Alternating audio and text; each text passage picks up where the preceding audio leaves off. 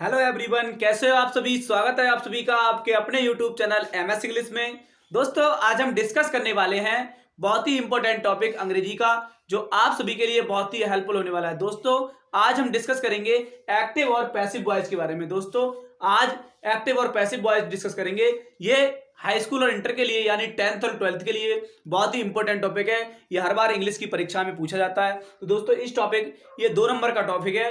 ये सभी के लिए, अगर आपको नहीं आता है तो आपके 2 नंबर कट हो सकते हैं। दोस्तों, तो सीखने के लिए शुरुआत कीजिए और इस टॉपिक को सीखिए कि एक्टिव और पैसिव वॉइस को कैसे बनाते हैं, और अपने 2 नंबर पक्के करिए। दोस्तों, इसी परीक्षा में, इसी 2023 में आने वाला है ये एक्टिव और पैसिव वॉइस, यानी 10th और 12th वालों के लिए वीडियो बनाया गया है। दोस्तों, वीडियो को अंत तक जरूर देखें, क्योंकि वीडियो को बिल्कुल भी स्किप नहीं करना है। वीडियो को अंत तक देखना है। अगर आप बीच में ही छोड़कर चले जाएंगे तो आपको पता नहीं चलेगा कि एक्टिव और पैसिव वॉइस कैसे बनाते हैं। दोस्तों, अलग अलग प्रकार के सेंटेंस होते हैं। देखिए, हमारे जो सेंटेंस होते हैं वो 12 प्रकार के होते हैं। कितने प्रकार के होते हैं? हमारे जो टेंस के जो सेंटेंस होते हैं वो 12 प्रकार के होते हैं। उनमें देखिए, ये जो 4 जो टेंस सेंटेंस है, लिखे हुए 4 सेंटेंस है, ये नहीं बनाए जाते हैं। यानी फ्यूचर कंटिन्यूअस को नहीं बनाते हैं, प्रेजेंट परफेक्ट कंटिन्यूअस और पास्ट परफेक्ट कंटिन्यूअस और फ्यूचर परफेक्ट कंटिन्यूअस, ये 4 प्रकार के सेंटेंस नहीं बनाए जाते हैं। अगर आपको परीक्षा में ये 4 प्रकार के सेंटेंस मिले इनमें से कोई सा भी, तो इसको नहीं बनाना है, जैसे का तैसा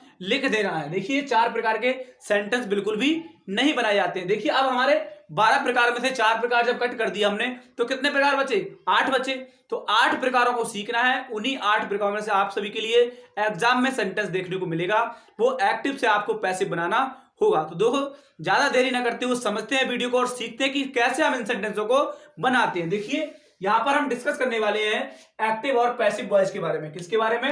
एक्टिव और पैसिव वॉइस के बारे में, जो हमें 10th की परीक्षा में और 12th की परीक्षा में देखने के लिए मिलेगा। देखिए, एक्टिव का मतलब सक्रिय होता है, इसका मतलब निष्क्रिय होता है। तो देखिए, हमारा आज का डे 18 है। क्या है? बेसिक इंग्लिश ग्रामर का 18वां वीडियोज है। इससे पहले हम 17 वीडियोज अपलोड कर चुके हैं। इसकी लिंक आपको, जो प्लेलिस्ट है उसका लिंक डिस्क्रिप्शन में मिल जाएगा इसी वीडियो के। इसकी प्लेलिस्ट के 17 वीडियोज को जाकर जरूर देखें। देखिए, अब हम शुरू करते हैं। सबसे पहले समझेंगे कि एक्टिव क्या होता है और पैसिव क्या होता है। यानी एक्टिव और पैसिव होते क्या है, इनको समझना जरूरी है। जब तक हम इन्हें एक्टिव और पैसिव को नहीं समझेंगे कि एक्टिव क्या होता है और पैसिव क्या होता है, तब तक हमें यह समझ नहीं आएगा। देखिए, समझते हैं पहले। एक्टिव का मतलब क्या होता है? सक्रिय होता है। क्या होता है? एक्टिव का मतलब होता है सक्रिय, या फिर प्रत्यक्ष भी बोल सकते हैं इसके लिए। और इसका मतलब होता है निष्क्रिय। क्या होता है? निष्क्रिय, या फिर इसके लिए हम अप्रत्यक्ष भी बोल सकते हैं। देखिए, अब एक्टिव सेंटेंस होते क्या है? एक्टिव पे जो सेंटेंस होता है हमारा, वो क्या होता है? ही, मैंने यहां पर सेंटेंस लिखा है कि I write a letter. I write a letter, इसकी हिंदी होती है मैं पत्र लिखता हूं। क्या है? मैं पत्र लिखता हूं। अब देखिए, दूसरा सेंटेंस है ही राइट्स ए लेटर, यानी वह पत्र लिखता है। तो इसमें क्या है? एक्टिव में क्या है? सीधी बात होती है, यानी subject plus verb plus object, ये तीनों चीजें बनी होती है इसमें, इसकी अंग्रेजी में। तो हमने यहां पर समझना है कि सब्जेक्ट, वर्ब और ऑब्जेक्ट जिस सेंटेंस में दिया होता है उसमें क्या है? ये हमारा एक्टिव होता है। यानी आई राइट ए लेटर, मैं पत्र लिखता हूं। तो इसको आप समझ गए होंगे कि इसमें जो करता है वो खुद काम कर रहा है, कर्ता खुद बता रहा है कि मैं पत्र लिखता हूं। अब देखिए, हमें इसको पैसिव कैसे बनाना है, पैसिव में इसको कैसे डिनोट करना है, तो देखिए समझते हैं। अब इसी सेंटेंस को हम उठाएंगे यहां से और डिस्कस करेंगे इसी सेंटेंस के लिए। देखिए, यहां पर हम इसको बनाएंगे ए लेटर। क्या बनाएंगे? A letter. यहां पर आप सभी के लिए सब्जेक्ट को यहां से ऑब्जेक्ट इसका उठाना है और यहां पर रखना है ए लेटर। उसके बाद हमें इज आर एम का प्रयोग करना है। इंडेफिनिट में प्रेजेंट के इज आर एम, पास्ट के इंडेफिनिट में वॉज वर्ब का प्रयोग करना है। तो देखिए, यहां पर लगाएंगे a letter is. A letter is, और यहां पर क्या लगाना है? वर्ब की, मेन वर्ब की तीसरी अवस्था को लगाना है। A letter is written. अब यहां पर बाई को लगाकर आई का ऑब्जेक्ट लिखेंगे मी, बाई मी। अब ये इसकी हिंदी देखिए चेंज हो गई, इसकी हिंदी बिल्कुल चेंज हो गई। इसकी हिंदी हो गई कि मेरे द्वारा, क्या हो गई? मेरे द्वारा पत्र लिखा जाता है। इसकी हिंदी होगी कि मेरे द्वारा पत्र लिखा जाता है। अब यहां पर देखिए, किसी के द्वारा काम हो रहा है, यानी कर्ता इसमें से अलग हो गया, उसके द्वारा काम किया जा रहा है। यहां पर क्या? मैं पत्र लिखता हूं, बिल्कुल सक्रिय बात थी कि मैं अपने बारे में बात कर रहा हूं, और यहां पर ये बोल रहा है कि मेरे द्वारा पत्र लिखा जाता है या किसी के द्वारा पत्र लिखा जाता है। तो यहां पर हमारी बात क्या है? दूसरे को बताकर कहेंगे कि उसके द्वारा ये काम किया जाता है। जैसे ही दूसरा सेंटेंस है, देखिए दूसरे सेंटेंस को समझते हैं।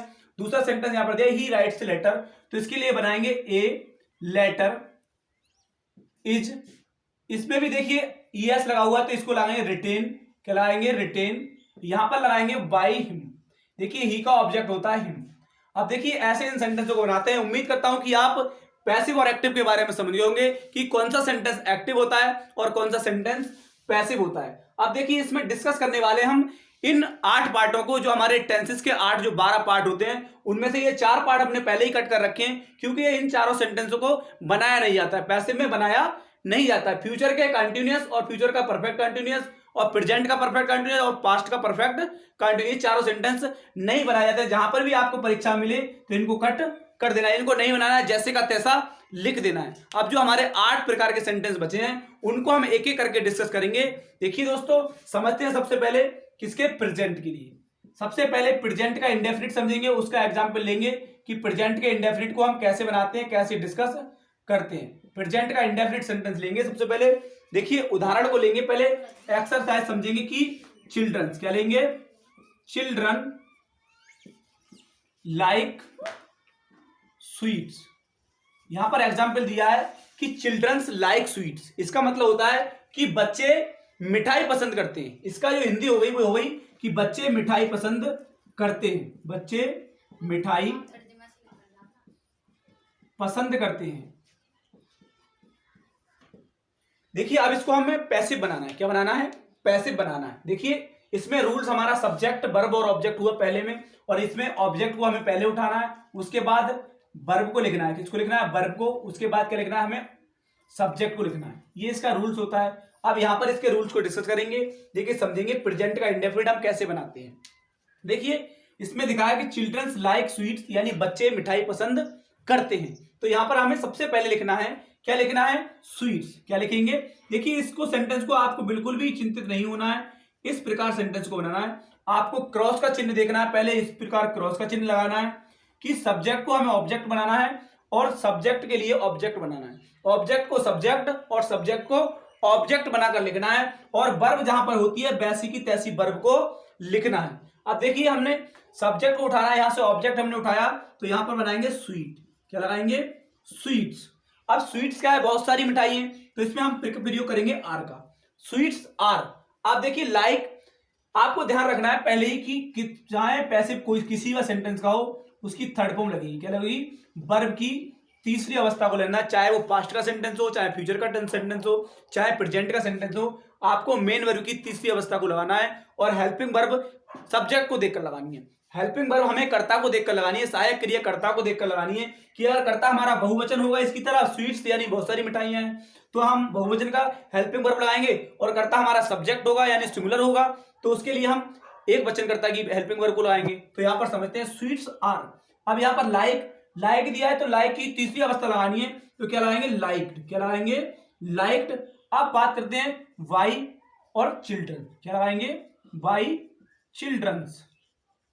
देखिए ये हुआ इसका रूल्स। अब देखिए इसको रूल्स ले लेते हैं कि इसका रूल्स क्या होता है। तो इसका रूल्स होता है, देखिए सबसे पहले हमें ऑब्जेक्ट को लिखना है, सबसे पहले ऑब्जेक्ट को लिखना है, उसके बाद हमें लिखना है हेल्पिंग वर्ब, क्या लिखना है, हेल्पिंग वर्ब, प्लस हमें मेन वर्ब की तीसरी अवस्था को लिखना है। किसको लिखना है, मेन वर्ब की तीसरी अवस्था लिखेंगे, उसके बाद हम लिखेंगे प्लस में बाय, क्या लगाएंगे, बाय लगाएंगे। उसके बाद सब्जेक्ट के लिए ऑब्जेक्ट बनाना है, यानी सब्जेक्ट बनाना है।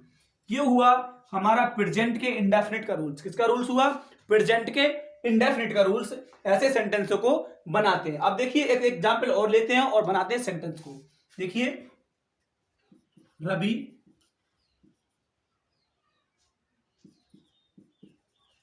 Pledge cricket, Ravi plays cricket यानी रवि क्रिकेट खेलता है, रवि क्रिकेट खेलता है, रवि प्लेज क्रिकेट। तो देखिए इसको बनाते हैं। सबसे पहले हमें इस रूल्स के हिसाब से हमें उठाना है भाग के लिए। सबसे पहले ऑब्जेक्ट को उठाना है, इसमें ऑब्जेक्ट क्या है, क्रिकेट, क्या है, क्रिकेट। सबसे पहले क्रिकेट को उठाना। अब क्रिकेट एक वचन है, एक चीज है, तो क्रिकेट इज, क्रिकेट इज। अब बात करेंगे प्ले, तो प्लेड लगाएंगे, यहां पर क्या लगाएंगे, इसकी तीसरी अवस्था को लगाना है हमें, ऑब्जेक्ट हेल्पिंग वर्ब, उसके बाद मेन वर्ब की तीसरी अवस्था प्लेड, प्लस लगाएंगे हम बाई, बाई। अब लगाएंगे बाई रवि, रवि के द्वारा खेला जाता है, यानी क्रिकेट रवि के द्वारा खेला जाता है, क्रिकेट रवि के द्वारा खेला जाता है। यहां पर बात हो रही थी कि रवि क्रिकेट खेलता है, यहां पर पैसे में बात करेंगे कि क्रिकेट रवि के द्वारा खेला जाता है। तो दोस्तों ऐसे हम प्रेजेंट के इंडेफिनिट सेंटेंसों को बनाते हैं। अब बात करते हैं अगले प्रेजेंट के कंटीन्यूअस सेंटेंसों को। दोस्तों समझते हैं प्रेजेंट के कंटीन्यूअस सेंटेंसों को। देखिए समझते हैं आप प्रेजेंट के कंटीन्यूअस टेंस को। प्रेजेंट के कंटीन्यूअस को डिस्कस करेंगे और समझेंगे कि प्रेजेंट के कंटीन्यूअस का हम पैसिव कैसे बनाते हैं। देखिए प्रेजेंट के कंटीन्यूअस का सेंटेंस हम पैसिव बनाएंगे। हमने यहां पर लिया है एग्जांपल कि भावना इज सिंगिंग ए सॉन्ग, कि भावना गीत गा रही है, भावना गाना गा रही है या गीत गा रही है। तो इसको देखिए हमें पैसिव बनाना है। क्या बनाना है? पैसिव। तो वही रूल्स हमें अपनाना है। रूल्स वही अपनाना है कि सब्जेक्ट को उठाकर हमें यहां लाना है और ऑब्जेक्ट को इधर लाना है। देखिए और वर्ब को जैसे का तैसा लिखना है। यहां पर देखिए हमने सब्जेक्ट को ऑब्जेक्ट बना दिया, ऑब्जेक्ट को सब्जेक्ट इस प्रकार बनाना है। तो सबसे पहले यहां से हम उठाएंगे ऑब्जेक्ट, उठाएंगे कि ए सॉन्ग। क्या उठाएंगे? A song. अब यहां पर देखिए हमें एक चीज जोड़नी है। इसका रूल्स को समझना है कि यहां पर क्या जोड़ना है। यहां पर आईएनजी जिस वाक्य में आए प्रेजेंट के कंटीन्यूअस, चाहे वो पास्ट का कंटीन्यूअस हो चाहे फ्यूचर का कंटीन्यूअस हो। फ्यूचर का कंटीन्यूअस तो बनता ही नहीं है क्योंकि पास्ट के और प्रेजेंट के कंटीन्यूअस ही बनते हैं। तो इसमें क्या लगाना है हमें? देखिए रूल्स समझते हैं पहले। रूल्स कैसे होता है? सबसे पहले हमें ऑब्जेक्ट को उठाकर यहां पर रखना है।